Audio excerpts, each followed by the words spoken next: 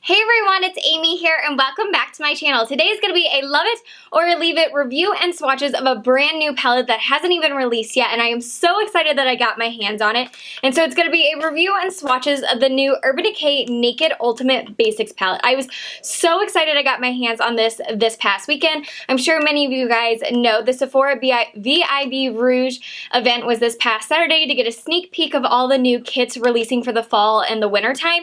And so I didn't actually get to go to the event, but one of my friends here on YouTube, Melly, posted on her Instagram that she had picked up this palette at her event, and I was like, oh, did I seriously miss the best event ever that they were releasing this? And so I called my local Sephora that I was planning on going to that we had to skip because we had a 5K that morning, and she said, no, actually we did not sell it at our VIB Rouge event. However, I do have it in the back. If you come like right now, I will totally sell it to you. So I was like, yes, we are going. We were like on the way home from the 5K, and I was like, Bart, we have to make a stop at Sephora. Like right now, we have to. So I went and had it and picked it up, and I'm super excited. It does not technically release until September 18th on Urban Decay's website, and then it will be available at Ulta and Sephora.com, both of them online on September 20th, and then they will be in stores at Sephora and Ulta on September 22nd. So I'm super excited that I got my hands on this early and got to play with it the last couple of days, and that way I can give you guys tons of swatches and give you guys my review and tell you whether or not I love it or whether you should leave it at the store. So let me go ahead and tell you some information about it. I'm going to read off of Sephora's website, tell you the cost, all that good stuff, and then we will get to swatching. And yes,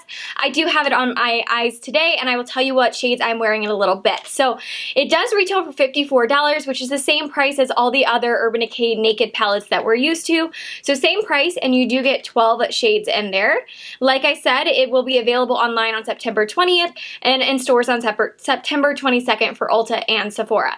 So it says a naked eyeshadow palette with 12 exclusive must-have neutral matte shades. Urban Decay introduces Naked Ultimate Basics. The matte eyeshadow palette loaded into a sleek square case with matte shades that have been requested time and time again. First of all, can't even believe I haven't even said the elephant in the room. Like, can we talk about how stunning and gorgeous this palette is? Like, this might be officially my favorite packaging of a palette ever of life. Like, holy grail right here. Like, it is stunning. Do you guys see? It's like this beautiful rose gold packaging, and it seems like it's just like swooshes and like starburst kind of design. It's got like matte sides. It's got kind of a shiny side. It reflects, and it is just stunning. Here's it up close. Like, oh my gosh, isn't that the most beautiful packaging? Like, they get A+ for packaging. This is just absolutely stunning. So enough getting distracted from the beautiful packaging, but it says each shade is exclusive to this palette and completely different from the shades in the Naked Basics and the Naked 2 Basics. This palette offers a true range of neutral mattes from cool to warm, all with a little edge. Create contoured all matte looks or pair these neutrals with your favorite hues. So here's what the palette looks like inside. Now that we've mentioned there are 12 shades, they're all matte except for one. We'll get to that in a second. But you have more of your cool tones up top, and then you have more of your warm tones at the bottom. So I think this is such a cool palette that you get all these shades, and then like it said, there's a little bit of edge because there's this purple and like this kind of silvery blue down here. So it's really cool. And I don't have the original Naked Basics and the Naked 2 Basics palette. I did originally have the Naked Basics. It's probably the only palette, because it's so small, that I've ever hit pan on multiple shades. So I used that baby up a year or so ago. I loved it, and then I never ended up getting the second one. But the first palette is very, very cool toned and neutral, and the second palette was a little bit more of those like mauve-y cool tones. So in this palette, what makes it different is that you get cool tones, warm tones, and then a couple little like edgy colors, like they say. So you do get a little bit of everything in this palette. I mean, fun pops of color down here with this like burnt orange color. You get a plum, and then you get that kind of silvery blue color. So really, really nice range of colors in here. It says the shades in the Naked Ultimate Basics are neutral enough for everything from cool skin tones to olive complexions to darker skin. And I do agree with some of that. However, I think if you have a medium or darker skin tone, that this kind of like first 3 or 4 shades over here may not show up super well on your skin tone. It may just literally blend into your skin. But I think the rest of the shades in this palette would suit people of all skin tones. I just think that the top row, maybe the first couple, may not show up on super deep skin tones just because they are fairly light, but down here these definitely will look gorgeous. So it says they feature Urban Decay's proprietary pigment-infused system, which gives the formula of its velvety texture, rich color, serious staying power, and blendability. Achieve the perfect application every time for a matte look that radiates. And what I like about the Urban Decay matte shades is that I find that they're very similar to MAC eyeshadows in the sense that they're smooth, but yet they're not like super, super smooth and buttery, and they're not ultra pigmented where like the second you put your brush down, you have to work to blend this out because there's so much pigmentation. They're like MAC in the sense that they're very professional grade, and that a little will go a long way, and that you can just keep building and building and building, and that you can really never just overdo it, which is what I like, is that anytime I put these colors down, I don't have to do an excessive amount of tapping off because there's not a lot of fallout, and like I don't have to worry about it actually being too pigmented right off the bat. And I'll give you an example. I love the Kat Von D Shade and Light Eye palette. However, that is so ultra pigmented that sometimes it's too pigmented, that you have to be really careful to not pick up too much product at one time, because it can be very pigmented on the eye and hard to blend out. Whereas these are like MAC, where you can put some down, blend it, put some more, and just keep building, and you can never really overdo it. So I really like the formula because of that. So let's go ahead and get to swatching. I will share with you guys what kind of colors and shades and tones these are, as well as some of them that I think are some of the misses or just not as amazing as some of the other shades in this palette. So the first one is called Blow, which is described as a light nude demi-matte. And they say demi-matte because this is the only one in the palette that they're considering a shimmer. However, I find that it's not that shimmery. It actually is more shimmery in a tiny little concentrated area, or when you swatch it versus applying it to the lid. It doesn't translate that shimmery on the eyelid. I do have it on the inner corner till about halfway in my eye, and I don't think from this far away you guys can tell there's any shimmer. It just gives a little bit of brightness, but not super duper shimmery. But compared to the other ones that are a flat matte, it does have some very finely milled shimmer in it. So I will have a close-up throughout this video of what the shades look like, and then I will swatch them here as well, but that way you can get a close-up the whole time. So here is what it looks like. And again, this one is called Light Nude. And then next to it, we have Nudie, which is just a little bit darker. And each time, these will get a little bit darker. And at first, it's going to be like, why do we need some of these that are almost identical? And I will get to that in a little bit, why I actually really like that about this palette. But the next one is called Nudie. And this one is described as a soft pink nude. So this one has a little bit more of a peachy pink undertone, but yet it's still a nude shade. And they're going to be a little hard to tell from there, but it does have a pinky peach undertone. The next one next to it, we're going to start getting a little bit more mauve-y color. This one is called Commando, and this one is described as a light taupe brown matte. I love this one. This is a really great crease shade. If you're someone that likes those really neutral undertones or those kind of taupey mauves, you're going to really love that one. So here is what that one looks like. Next to it, we have the shade Tempted, which again gets a little bit deeper in that mauve shade. And this is described as a pale brown matte. This one is another one that is really great. There's that next one. You can tell it's got a little bit more of a brown undertone, and it starts to get a little bit deeper. The next one, I really love this shade. This one is a little bit hard to work with though. You definitely have to continue to pack it on and build it up. It doesn't have quite the opaqueness and pigmentation as some of these other ones in the palette. I find that it does swatch well, but I do find that you have to go in with a much denser brush and not something like a flat definer brush or a flat shader brush. Those almost won't pick up the pigmentation at all with this. I find that very fluffy kind of goat haired brushes or dense synthetic brushes are what work really, really well with these eyeshadows. But this one, you do have to continue to pack it on to make it quite as opaque as all the other shades. I do have it all over my lid as my lid shade, and it does take about 4 or 5 applications to get it to this really nice dark color. So that is the only bad thing. But like I said, like when I swatch it right now, it looks really, really pretty, and that's because I have a lot of pressure, and it would be the equivalent of using a dense brush. So this one definitely needs a dense brush to get some color payoff like this, but it is really, really pretty. Just takes a little bit more work.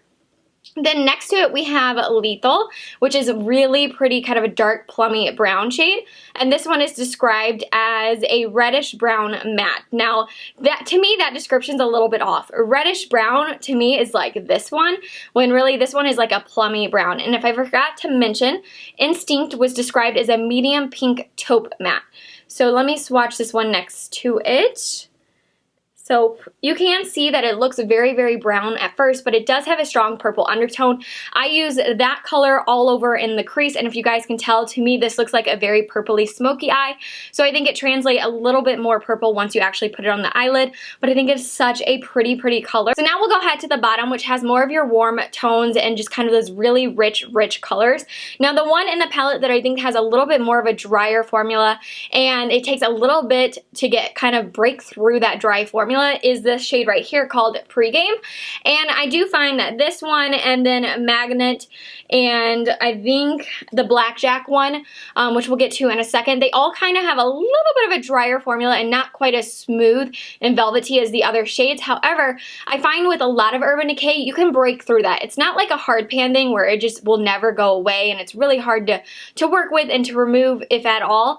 This is more of like, it just kind of has this dry texture. And once you start swatching it a ton, or once you kind of run your brush through it a couple times, it'll go away, and then the rest of the layers are really smooth and velvety. But I did find that this one's going to feel a little bit dry and a little bit more scratchy when you first touch it, but then eventually it will go away. Like for me, now it's completely gone away and it's smooth and velvety. So do keep that in mind, that some of them have kind of this drier formula to them in the beginning, but it will go away once you start playing with it.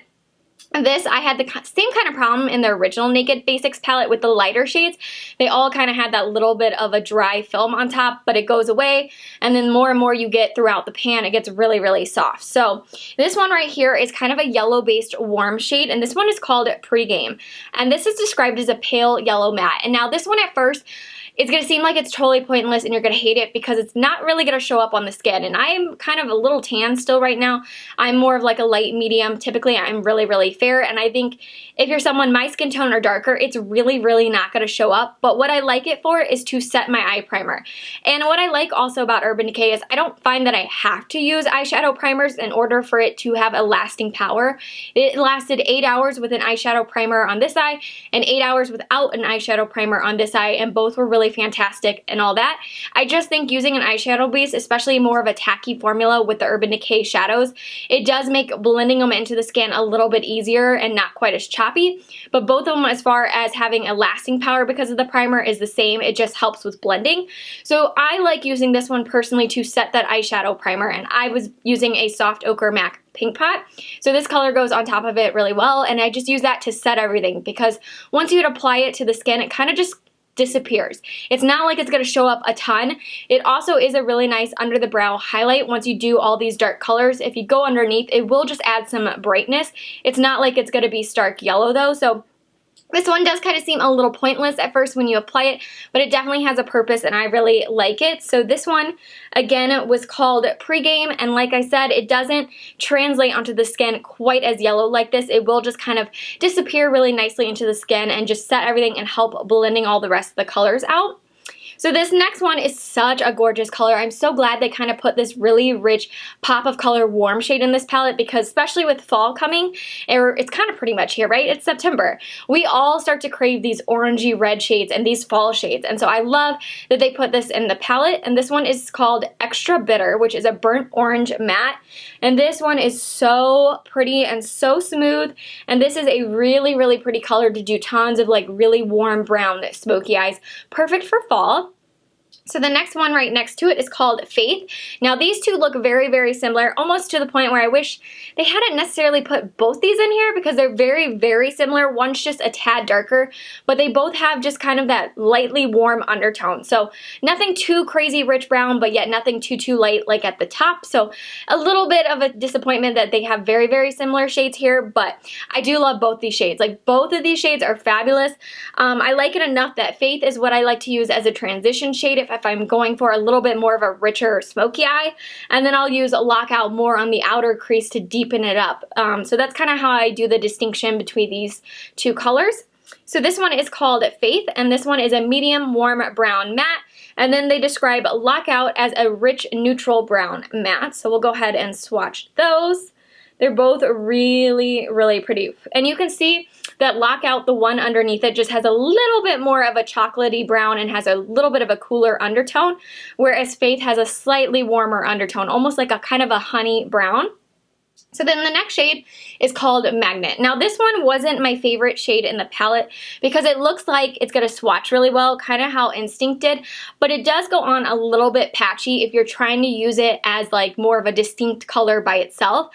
I find that this is a shade that looks good if you're trying to help blend out the black or kind of blend out the darker shades like in the corner, but to try to use it by itself, I don't think it's quite as strong and as good as you would hope when you see it in the pan, but I do think it's a really great shade to help blend everything out.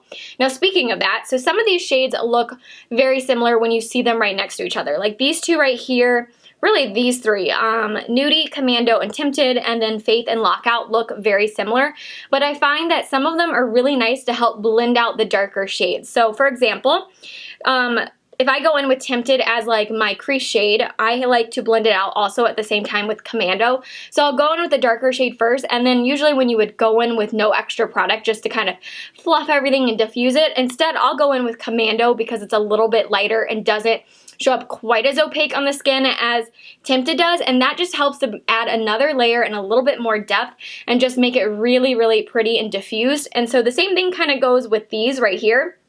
I'll go in with Lethal, the darker shade, and then I'll start to blend it out with Tempted and Instinct. And so it's kind of the same thing down here. If you want to do that, you could do that with Magnet. I think it's good in tiny little concentrated areas, but to put it all over the lid, it's kind of like Instinct. Like these two in this spot right here are just a little bit harder to work with, and you have to build them up a little bit more. And so I forgot to mention Magnet was a smoky gray matte, and then we have Blackjack, which is called a warm black matte. Now I don't think this is the most ultra pigmented black ever, but sometimes when you get the like jet black ones, they are so hard to blend out. I find that this black shade's actually really, really easy to blend out. I don't go in with a ton. I go in with a little bit at a time and blend it out, and I find that it's really, really easy to blend, which is really refreshing to see with a black, because sometimes blacks can be really hard to work with where they're just so pigmented but they can't move. Like wherever you stick it, it's stuck. Kind of like the Too Faced Nikki palette that I recently reviewed. I found that that black was so hard to work with. Some of the Violet Voss palettes, the darker black shades, are really tough as well, but I actually really like this one. I used it kind of in the outer crease to blend out some of this plum shade, and I thought it was really, really pretty. So I have seriously been doing this eye like non-stop since I've got this palette. I go in pretty much with all these top shades right here, and then I go in with some of these to blend stuff out or underneath the lower lash line, but I was just doing this kind of smoky purple eye, and I love it. So overall, I think this palette is a love it. I really, really enjoy it. I like the formula. There's a couple that are a little harder to work with than others. There's a couple that you just kind of have to get past like one tiny little hurdle, and then they're an amazing formula. And I know some of you are going to look at this palette and go, okay, this is a super duper boring basic palette, but that is exactly what Urban Decay was going for. And I really feel like everyone needs like one good palette like this in their collection. Whether it's this one, Kat Von D, Lorac has some really great pro matte ones. I'm trying to think what else. The Balm, I love those. So I feel like everyone needs like a really good matte palette in their collection. That way you can do really nice matte looks all by themselves, or you can use this in conjunction with another palette. Overall, I think this palette is a love it. I would definitely highly recommend this. It definitely is just going to depend on your personal collection. If you have a ton of matte palettes already, or if you're finally looking for a great one to get, I do think this one is totally a keeper, and I would recommend it. Let me know in the comments section down below what you guys think about this palette, and let me know if you're going to be purchasing it in the next week or so. I would love to hear your guys' thoughts and opinions. So I hope you guys enjoyed this love it or leave it review and swatches of the new Urban Decay Naked Ultimate Basics palette. If you did, give this video a big thumbs up, and don't forget to subscribe so you can stay tuned to all my upcoming videos, and I will see you guys very soon. Bye!